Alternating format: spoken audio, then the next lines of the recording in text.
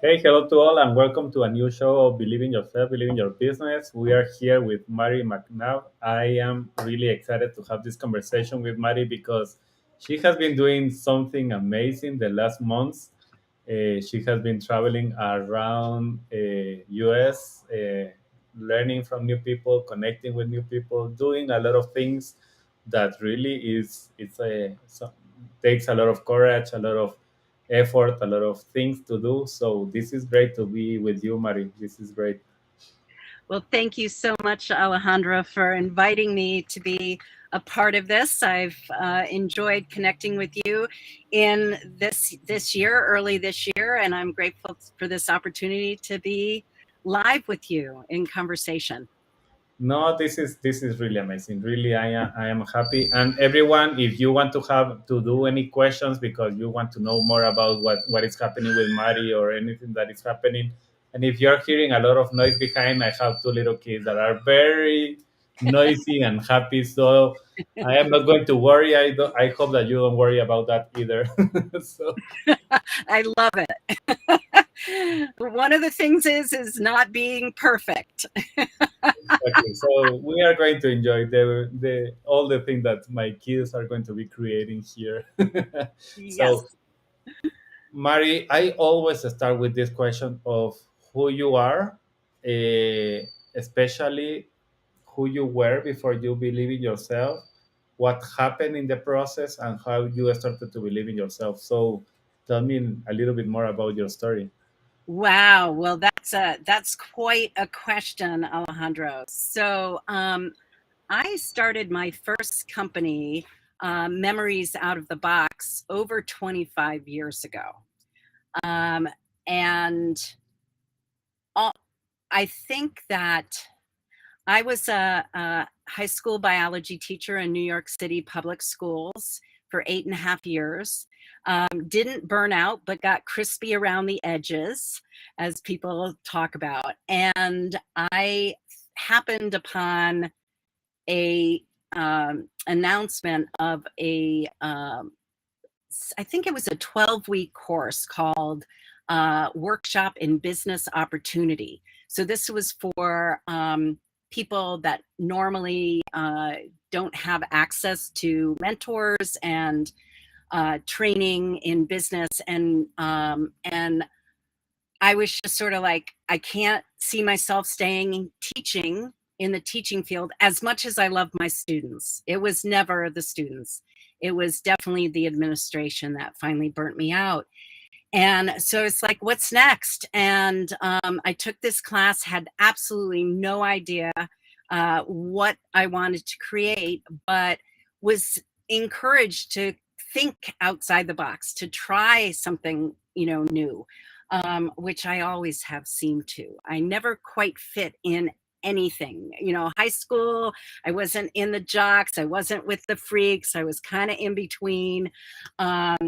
So the same thing with business. I ended up wondering if if there were a lot of people who had trouble with their uh, photos, documents, memorabilia, everything that we save and or inherit in our lives that tell the story, the underlying, the visual history of Mm. our lives. And needless to say, this is a box, just as smaller, but almost has more stuff saved, more photos saved than most physical boxes.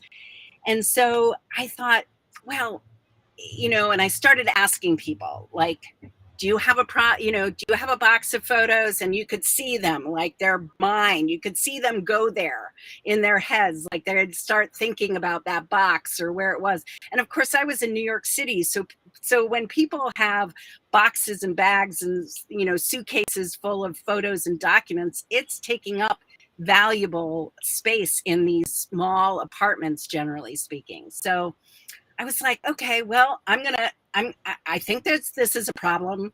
I'm going to go and try to solve this. And I started Memories Out of the Box. Well, I thought people who care deeply about their photos, documents, and memorabilia would not want to put that stuff in a box and mail it anywhere. And so I ended up, I came into a small inheritance from my grandmother, and I decided I was going to start a brick and mortar store. I was going to start a retail location in Prospect Heights, Brooklyn.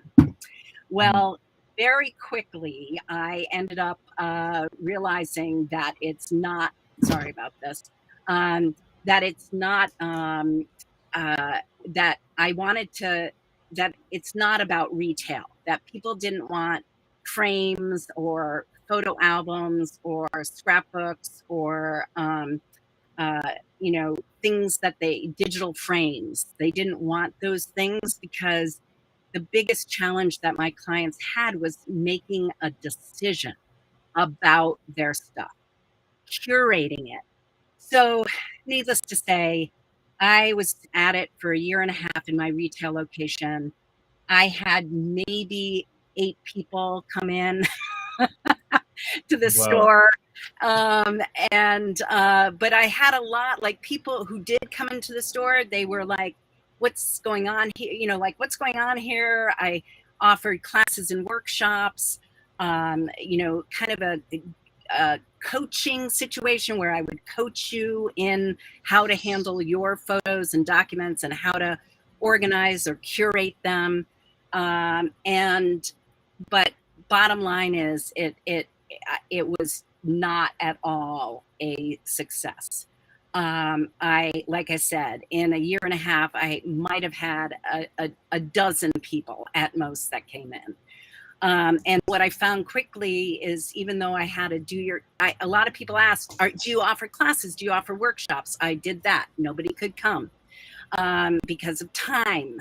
And so it was really I realized the only thing that was going to make money was going to be the do it for you service, where people could drop off their stuff and have me make the decisions for them.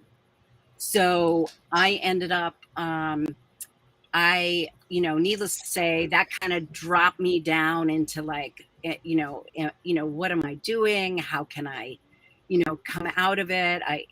All the stuff that, taking more classes. I wasn't earning enough money to have a coach at the time. Now, and also, Alejandro, I don't know if people watching necessarily ended up recognizing that 25 years ago, there really weren't individual coaches and coaching for solopreneurs. There wasn't do-it-yourself websites. There wasn't co-working spaces except for lawyers or doctors. So there weren't a lot of those things available. So I didn't know, and I struggled, and I questioned myself, and I finally closed my my brick and mortar store. Thank God my landlord was so kind and let me out of a 5-year lease. And then I basically moved into another small space, and that's a whole nother story. But ultimately, I moved everything into my apartment in New York City. I had a 2-bedroom apartment, and I started in there. But Let again, me ask you something, just to know, because what was happening with you in the year and a half that you were like, okay, this is my dream. I am putting even the money that I inherit, and I am putting all my efforts here. All my dreams are here. So yes. how, when you are there doing that, suddenly nothing is working and you have only 12 customers in a year and a half, how you continue thinking, I can create another thing, I can move it, and I can do another thing, and not thinking like, oh, I am worthless, I am nothing, nobody cares about what I want to create. So how was that process that you were, how you were thinking, and how would you overcome that? Yeah. Yeah. So I think that, as I mentioned, Alejandro, I have never quite fit in anywhere in my, or quite fit in, let's say. I felt comfortable. I moved 9 times before high school. My father was in the Air Force. I was born in Okinawa. So I have a feeling that I developed a very strong sense of self, like a very strong sense of resilience, and I can depend on myself.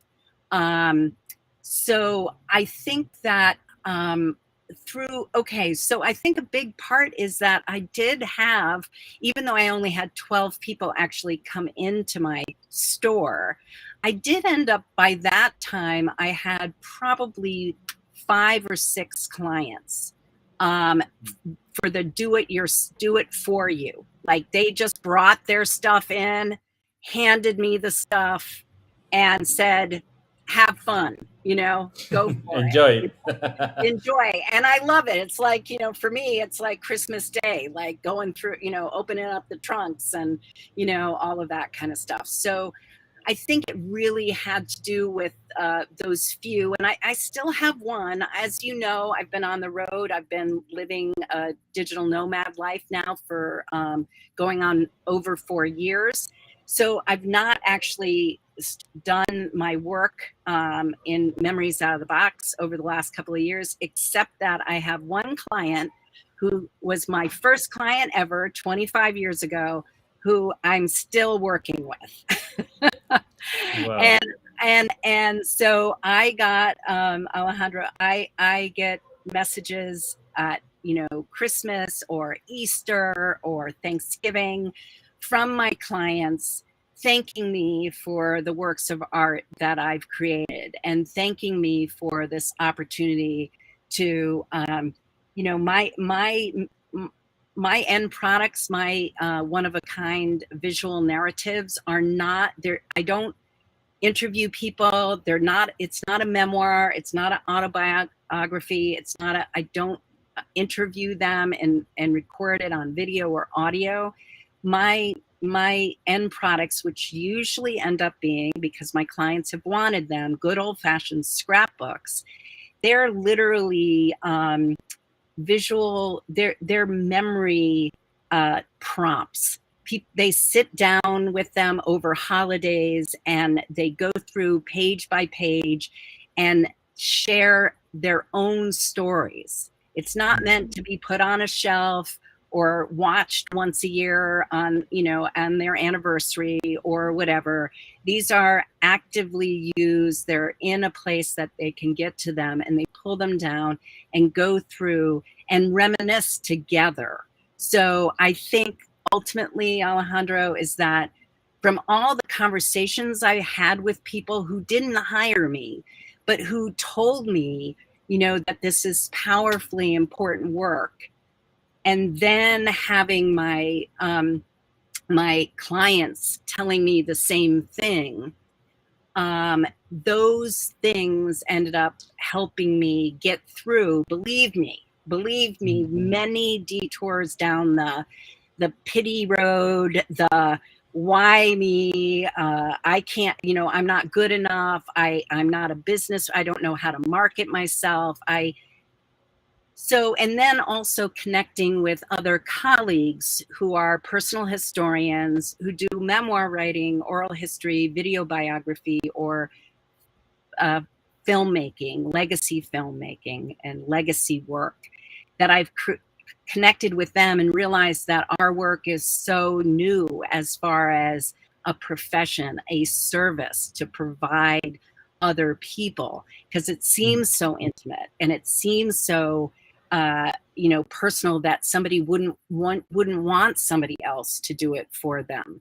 But so in knowing that the public does not know about the personal history field very much, and then a relatively even newer field called photo management.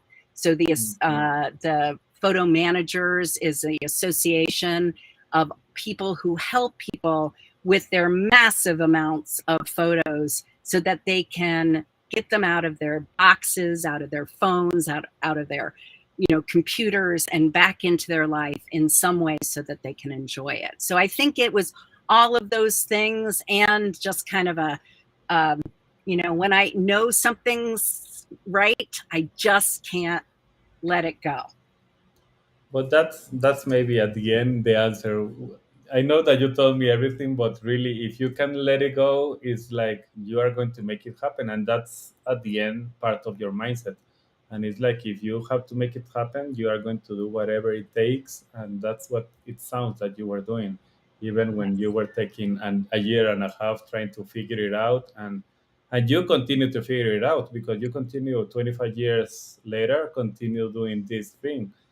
Yes. So when we start to talk like, okay, if you start to think about what happens 25 years ago and how you started to move to, okay, from this brick and mortar to start to create another type of business, how many times you have like needed to to create a new thing, like start to change it, and how many times you have been changing your business to create something that is connecting better with the people that you are looking for. Yeah. I,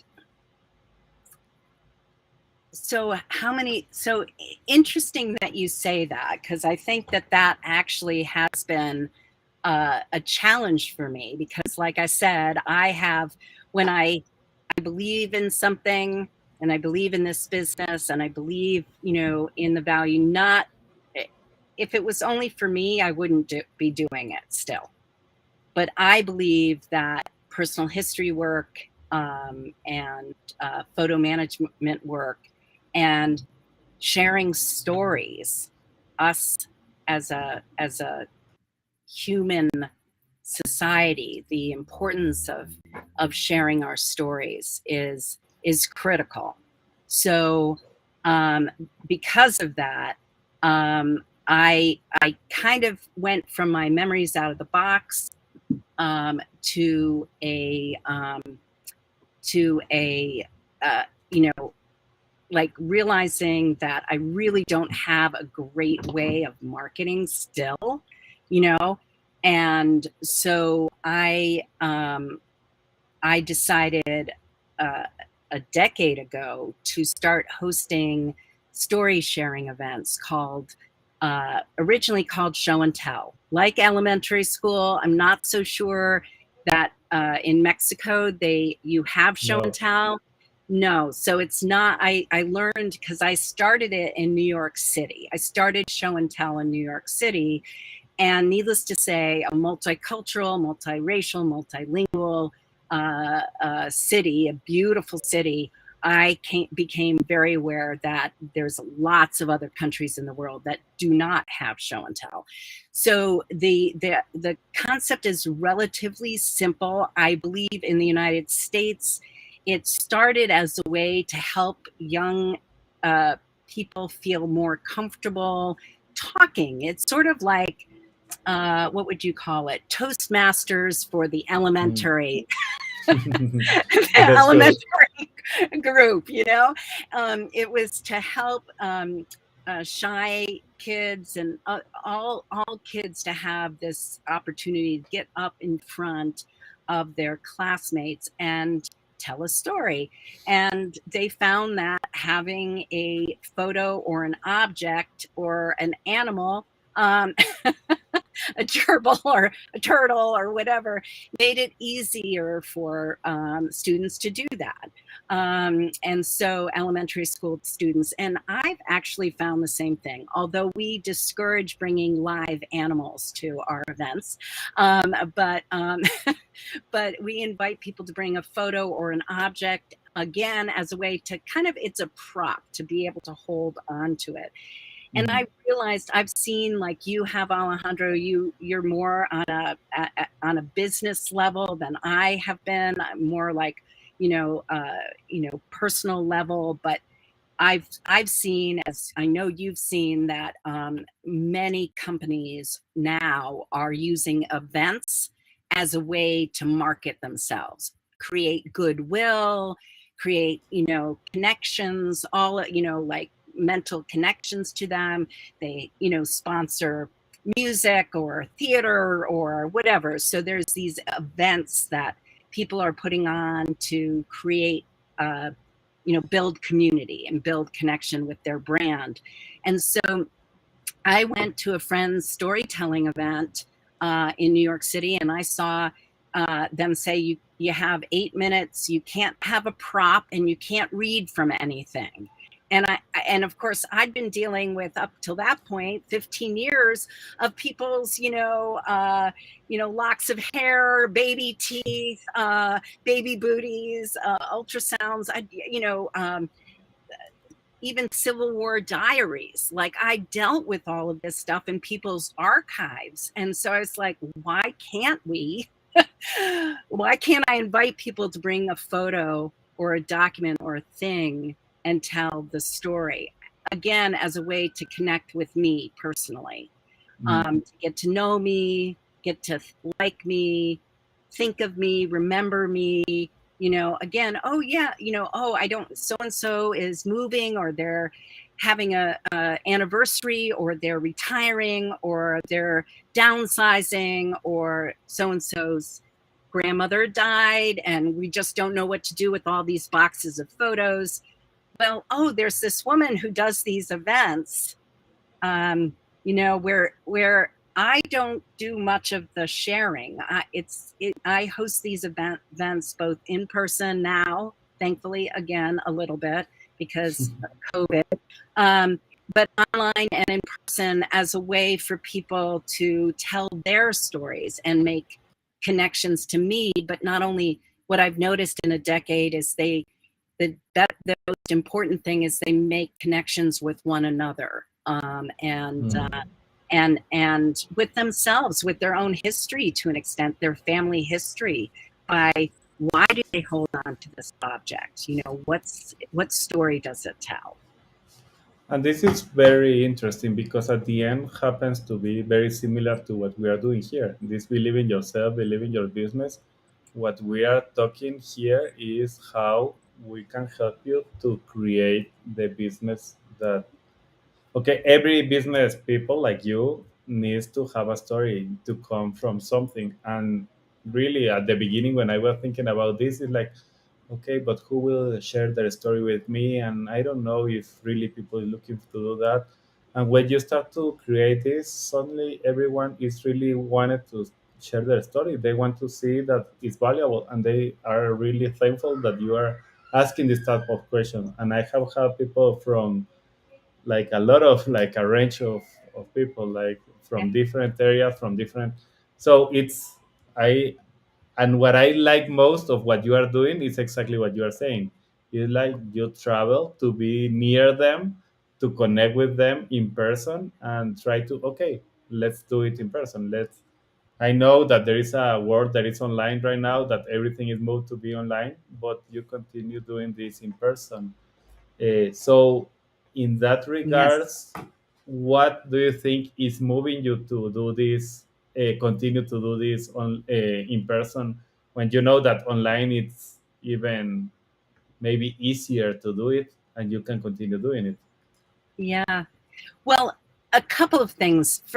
I've hosted over 160 now show and tales, from since over the last 10 years, the last decade. March was my 10th year anniversary, and I love doing them. Like, needless to say, all of us, we went online, we did virtual events. I kept on sort of resisting it, but I had a good friend, thank goodness for good friends, who, they said, yes, a lot of things are online, but they're usually like educational things.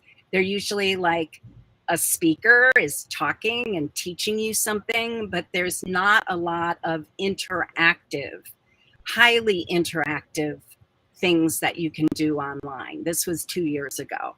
And so she's like, it's at the, beginning of COVID, she's like, you've got to do this. So I did start hosting them online. I host monthly online events. But I think, Alejandro,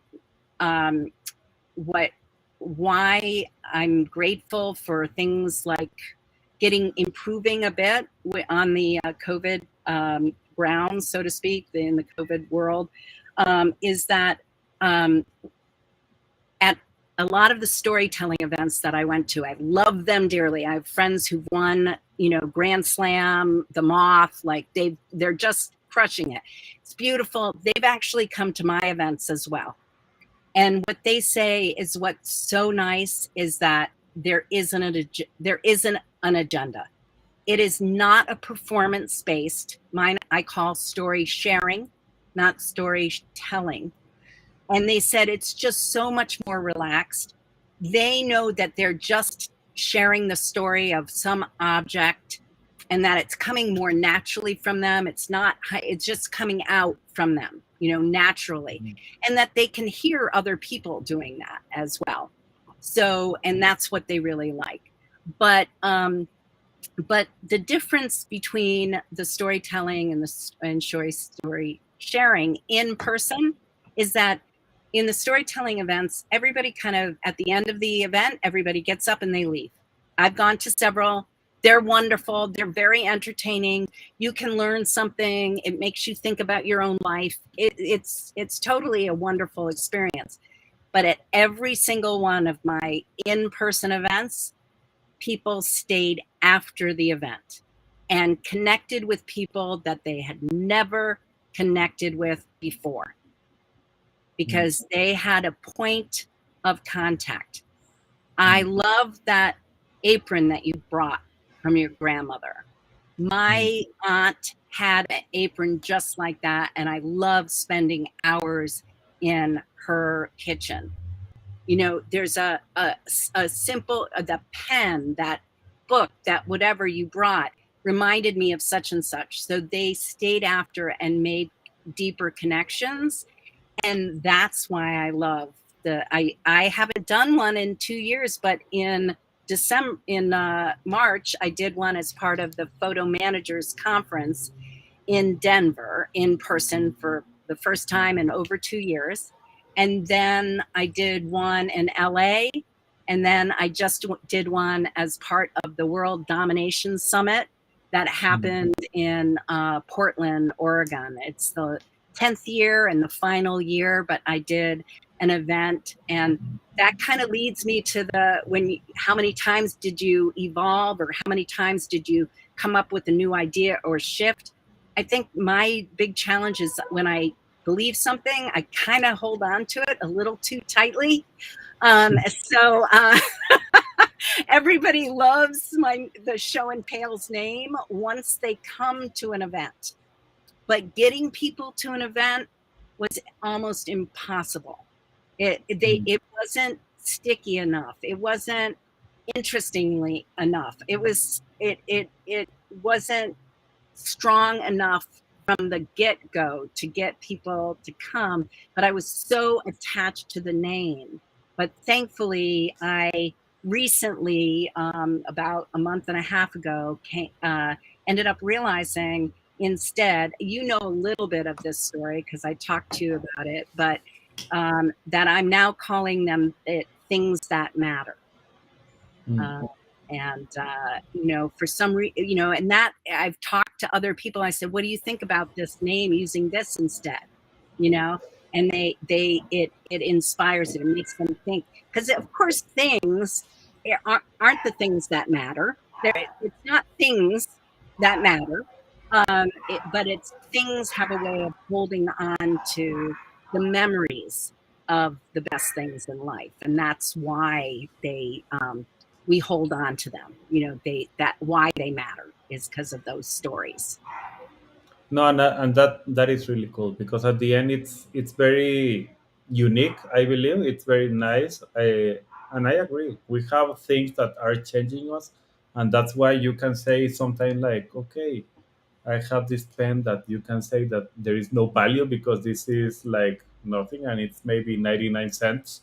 But if this is the pen that I used to write my first book, maybe this is the most important one. And suddenly I want to be talking about this little pen that it was not important for anybody, but for me is the one that really wrote the first book that I wrote. So it's like you totally get it, Alejandro. Yeah, it's incredible, and I really like that, and and I believe that that is a good way. At the end, everybody is looking for sharing their story and sharing things to connect us as humans. And really, for example, today I finished a challenge that I was doing in Spanish here in Latin America, and it was about metanoia, how to change your mind to improve and connect better with other people. And at the end, what is behind that, well, what behind was more human. If you are more human, you are going to be a better person. If you are more human, you are going to create better companies also. So it's similar again to what you are saying. It's like, okay, what is the humanity? And it's okay. I'm talking about a thing, but if you put a story behind and you put your humanity behind, that is not going to be a simple pen. And that's why there is people that is buying the t-shirt from Michael Jordan in $1 million. Why? Because was the last one that he used when he was playing with the Bulls. I don't know, whatever you want to say. And things matter. Exactly. Yeah, and speaking of which, I can't be on a live without mentioning my friend Bill Shapiro and Naomi Wax, who wrote this book, What We Keep, and literally it's just that, like but it's these little figurines. It's just a photo, and they went off. He and Naomi went around the country, traveled, I don't know how many thousand miles, and interviewed 100, it says 150 people share the one object that brings them joy, magic, and meaning. Mm, that's And, really good. and this, this represents a 1.5 year long book club that I had with colleagues of the photo managers, and we met every Sunday and built a community because of this quote unquote simple book. And I did want to tell your listeners and mine as well that I did announce it, but I just started a YouTube channel. It's soon, hopefully, to be a podcast, and it's called Things That Matter. Things That Mm, Matter with Marty McNabb. And you were great about that pen, Alejandro, because the first person who came on, I just was like, you wanna be my first guest, because he had really wanted to be on my show and tales that I was hosting as part of the Global Grief Conference. mm, I have not meant to get so connected with end of life community and grief community, but I have over these years, because a lot of people bring objects that they inherited or they got from somebody that they loved who passed away. And mm. so he wanted to be at my event, and but he couldn't because he was offering an event at the same time. And so I said, well, jump on, Dave, like, let's do this thing. And what he showed was a little $2 plastic air freshener fan that you put into your Yeah. vent on your car. And his daughter, who had died at 18, probably at least a decade before, he told this whole story of her forcing him to go to the store to get that air freshener. Because he was, because she was like, if I'm going to drive with you in your old beat up truck, it's too smelly. I need to. And so you just should see how he lit up while he was telling this story of this $2, air freshener fan. So it's exactly, it's that relationships, success, writing your first book, it's run the gamut, the things that No, and at the end, even the movies, you can see that they can use that freshener and be in the whole movie, and you can have a 2 hours movie behind that freshener. So it's you I you completely you understand that. totally understand, Alejandra. I don't have to explain it to you. And we had a conversation about your bottle at one point, months and Yeah, months know. And I keep on telling the conversation of Shania, who ended up talking about the giving names to your marketing, your target market. And I joke, weekly or not weekly, maybe monthly with different people, because when she said, "Oh, your target market is Henry," I was like, okay, high income earner, not rich yet. I'm like, okay, that's pretty cool. I said, I have a feeling my target market are weirdos. So what does that stand for? But at the end, a weirdo is the person that believes that it's a weirdo, because it's really, who said that they are a weirdo? It's like, Right. They uh, somehow feel like they are. Something in yeah, their life I, made them feel like they didn't fit in. And I guess that's it. It's like, and I think a lot of entrepreneurs are not people who fit in, we are all a little yeah, different, really, you need to be different to create something unique. different. There is no way to be. Yeah, I am from doing the same thing that everybody, and I creating this amazing thing. No, that is not possible. It's like you need to be unique. So I that's one of the things that I am always sharing and teaching and talking and coaching and doing. It's like you have to be unique. It doesn't matter that people understand you or not. And at the end, this is what I hear from your story. It's like, okay, how to be unique and create something amazing from something unique. So this is really, I am going to even steal some ideas that you are creating, because I believe this is amazing.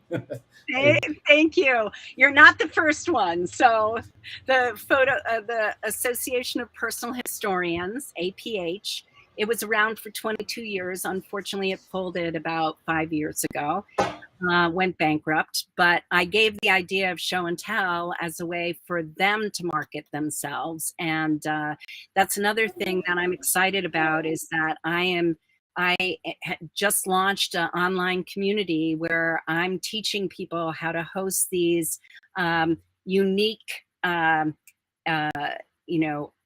unique gatherings that provide space for people to tell their stories, again, as a way to connect with you and therefore build your community of support and build their community of support at the same time. So I just launched that community, and I also have all kinds of freebies that I would love to offer to anybody who's listening. So about things that matter, which aren't No, things. I really enjoy it, and I know that we can stay another hour talking here, but but but I, but you've got very active children, and I've got my wife who's out in the parking lot right now to try to give me some peace and quiet in here for this event. So before she gets on, I'm taking her to Spokane International for her to fly back to our Albuquerque home. yeah, This and I want to. We have to plan another one, because I want to hear about your story, really, about this travel that you have done right now, Oh that you are yes, doing, because that's something that I believe it's amazing, and all the learning and everything that you are going through. That will be yes, great. Even yeah. like what you were telling me today, that you got COVID for some days and suddenly everything was stopped for some days. So there is a lot of stories that I know that you are ready to share, that will be awesome to hear I here. I would absolutely love that. Yes, I'm probably just a little over 4 months into a 5 month road trip that started in Denver, Colorado, in my little van, which you can see behind me, which is a Winnebago Travato. And basically, what they call it is a Class B RV, but I call it a camper van, because the minute you tell your friends that you're going to stop by and you're wondering if you could park your RV in their driveway, all they can think of is like those massive buses. So I'm like, and her name is Brooklyn. Because if I hadn't lived in Brooklyn, New York, and I hadn't sold my apartment in Brooklyn, I could never afforded to buy her, and I could never afford the lifestyle that I'm living right now if it hadn't been Well, for that. you have to call it home, I believe. Oh, it is. It's one. I've got 3 homes now. I'm so grateful. One in Vermont, where my mom lives most of the year. One in Albuquerque, where my wife and her mother live all the time, generally speaking, until she can fly and meet me. And then I have Brooklyn. So I still, I'll always have Brooklyn or that in Brooklyn. But it's she's only 21 feet long, but she's got we just turned 70,000 miles. Wow. 70,000 miles. Wow. No, that's cool. So we have to plan that for another day. But thank you, Yes. Mari. This was amazing. Thank you for your story and show My and tell. pleasure. And things matter. I understand that. So anybody, if you want to connect with Mari, you know she's everywhere in the social media. Or even if you need to ask me, you can ask me, and I can tell you where is Mari and how to contact for her. So thank you, Mari. Thank you, everyone that was listening to us, and see you Yes. next time. Thank you so Bye. much, Alejandro. We'll see you next time. See you Bye. next time too.